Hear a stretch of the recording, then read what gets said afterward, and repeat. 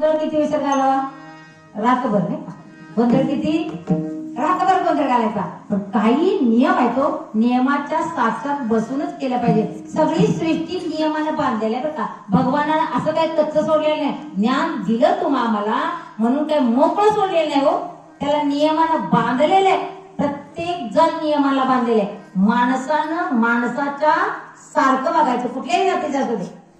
गर्दीत माणसाच्या माणूस शोधतो मी, अशी स्थिती झालेली आहे. तर माणूस माणसासारखं वागणं झालंय हो, हे का नाही सांगा. दुसरी गोष्ट म्हणजे की धर्म कार्य, त्या धर्म कार्य बंद पडणारीच गलू काय तू. त्या तुका म्हणे सत्य कर्मा व्हावे साह्य, घातलीय भय नरका जाणे हो. इतकं अवघड पण आहे हे धर्म कार्य. त्या धर्म कार्याला सहकार्य केलं पाहिजे का, तर फक्त धर्माच्या एका पायावर आज विश्व आहे बरं का. ही कलियुग कशावर आहे? धर्माच्या एका पायावर आहे. पण धर्म जर लोपला तर काय होईल हो? धर्म लोपला अधर्म संचला, धर्म लोपला अधर्म संचला, धर्म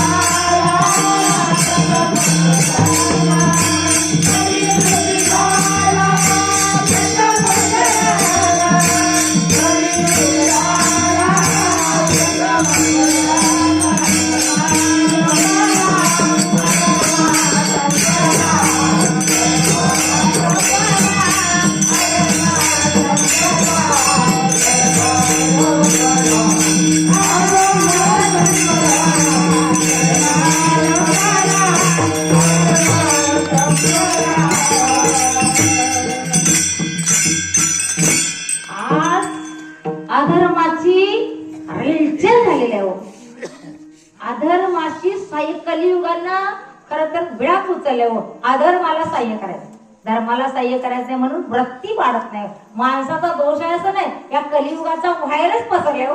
तसं त्या कोरोनाचा व्हायरस होता ना का, काय होतं म्हणून तोंडाला बांधत होतो ना. आता या कलियुगाच्या व्हायरसला काय करायचं सांगा. त्यावेळेला डॉक्टरांनी सांगितलं मास्क घाला, आणि आपण पण येडी एवढा विश्वास ठेवला मास्कवर आणि सॅनिटायझरवर विश्वास ठेवलाय. तेवढा जरी देवा विश्वास ठेवला असता तर जगली असते अजून मेलेली. आपण विश्वास ठेवला, त्यातनं बाहेर काढले म्हणजे काहीतरी पुण्य हाय म्हणून आपण आज मंदिरामध्ये आहे का नाही सांगा. असलं हे घोर कलियुग आहे. आणि या घोर कलियुगाला आधार काय हो? कलियुग माझी करावे कीर्तना, कलियुग माझी करावे कीर्तना,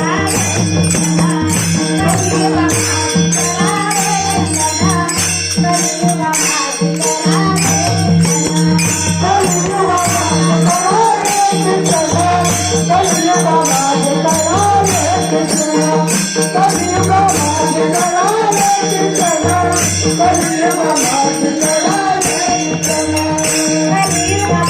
करावे कीर्तना, कलियुग माझी करावे कीर्तना, कलियुग माझी करावे कीर्तना, कलियुग माझी करावे कीर्तना.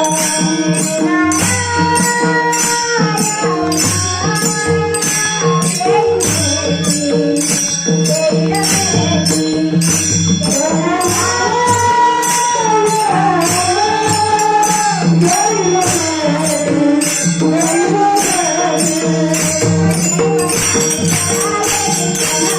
कलियुगाला